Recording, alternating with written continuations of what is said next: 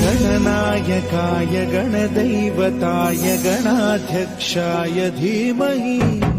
गुणशरीराय गुणमण्डिताय गुणेशानाय धीमहि